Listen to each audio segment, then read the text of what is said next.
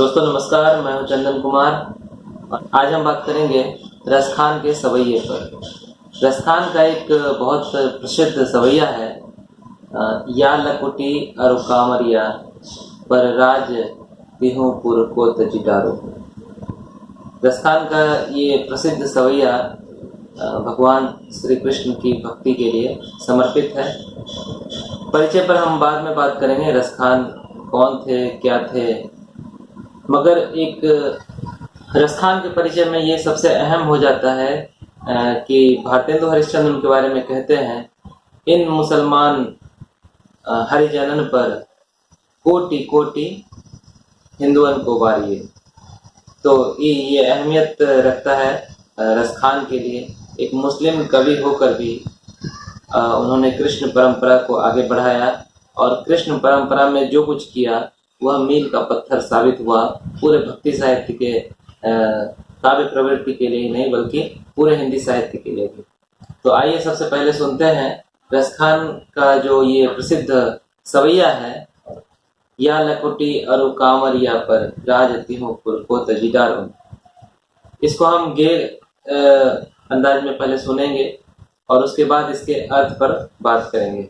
दोस्तों मेरे पास ना तो सुर है, ना ताल है और ना कोई साज ही है मेरे पास, मगर आज हम केवल इसलिए एक गे के तौर पे मैं पाठ करना चाह रहा हूँ क्योंकि कक्षा में ऐसी कविताओं को मनोरंजक बनाकर ही हम बच्चों को इसके बारे में ठीक से बता पाते हैं, उनमें इस संबंध में रुचियाँ जागृत कर सकते हैं। और इसलिए मेरी ये ख्वाहिश रही है कि मैं कक्षा में जब भी रसखान या मध्यकालीन किसी भी कविता का पाठ करूं तो वो उसी अंदाज में हो जो कवि रसखान जिस तरह कोशिश किया करते थे, जिस तरह लोक में अपने सुर को स्थापित किया करते थे।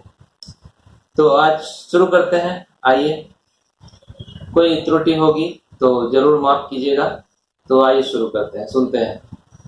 कहते हैं रसखान, या लकुटी अरु कामरिया पर राज तिहुपुर को तजिडारो। या लकुटी अरु कामरिया पर राज तिहुपुर को तजिडारो।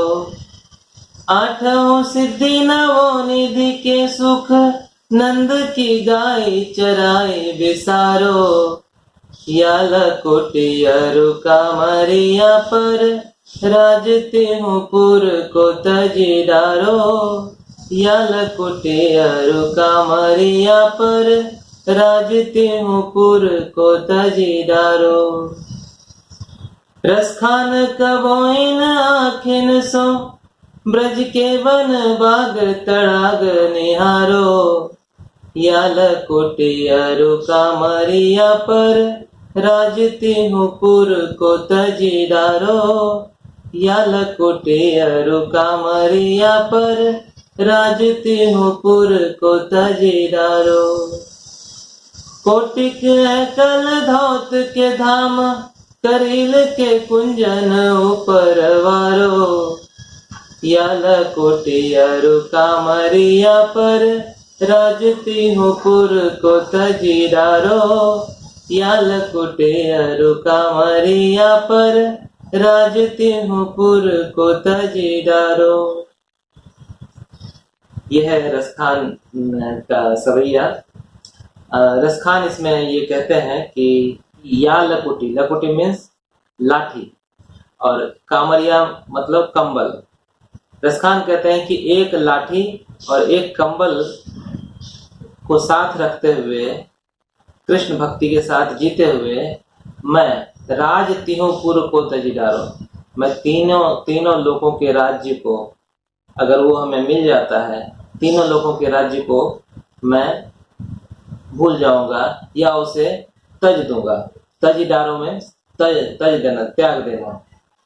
फिर कहते हैं अगली पंक्ति में, आठों सिद्धि नवो निधि के सुख नंद की गाय को चराए बिसारो।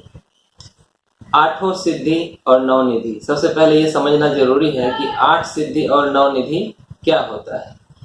8 सिद्धि में 8 तरह की सिद्धियां आती है और 9 निधि में 9 तरह के रत्न की प्राप्ति होती है।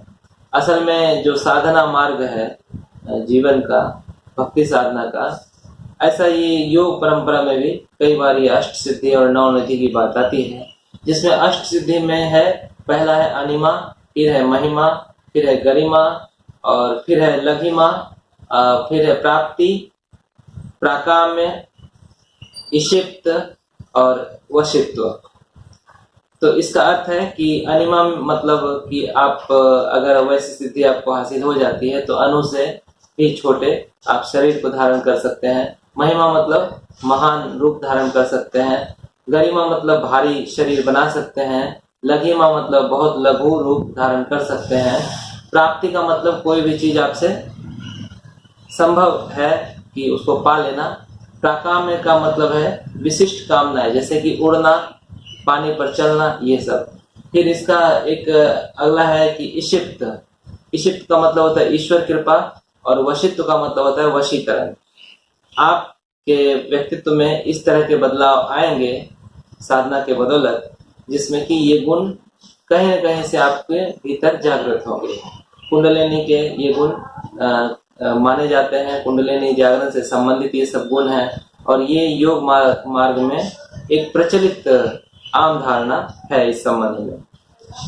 फिर है 9 निधि की बात है तो 9 निधियों में पद्म निधि है, महापद्म निधि है, तीसरा है नील निधि, चौथा मुकुंद निधि, पांचवा है नंद निधि, मकर निधि, कश्यप निधि, शंख निधि और खर्व निधि। तो ये जैसे पद्म निधि है तो ये धन संपदा से संबंधित माना जाता है। महापद्म निधि ये भी धन संपदा से है। इन सारे निधियों का मतलब होता है रत्न। रत्न अर्थात आपके पास धन संपदा की बहुत ही पर्याप्त स्रोत बने रहेंगे और आपको कभी भी जीवन में किसी कमी का सामना नहीं करना पड़ेगा। आध्यात्मिक और भौतिक उन्नति अष्ट सिद्धि और 9 निधि का उद्देश्य होता है और ये साधक के भीतरी गुणों के विकास के साथ जागृत होता है। मगरस खान कहते हैं कि नंद की गाय को चराते हुए मैं 8 सिद्धि और 9 निधियों को भूल जाना चाहता हूँ, उसे विसार देना चाहता हूँ। विसारो मीन्स विसार देना। नंद की गाय चराई विसारो, ऐसा कहते हैं रस खान। अगली पंक्ति में रस खान कहते हैं, रसखान कबो इन आँखन सो, रसखान कब इन आंखों से ब्रज के बनवाग तड़ाग निहारो।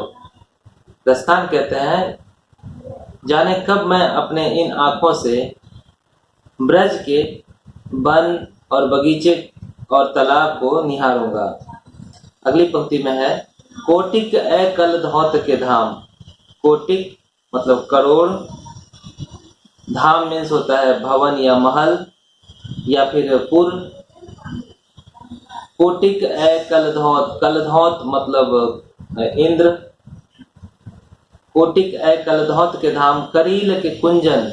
करील मीन्स होता है कांटे, कुंजन मीन्स जंगल, कांटों के जंगल के ऊपर वारों। कहते हैं रसखान, अगर मैं ब्रज के वनबाग और तड़ाग को निहारूं या निहार सकूं या निहारता हूं, तो ऐसी स्थिति में मैं करोड़ों करोड़ों इंद्र के धाम को, महल को या पुर को उस कांटे के जंगलों पर न्यौछावर कर देना चाहता हूँ।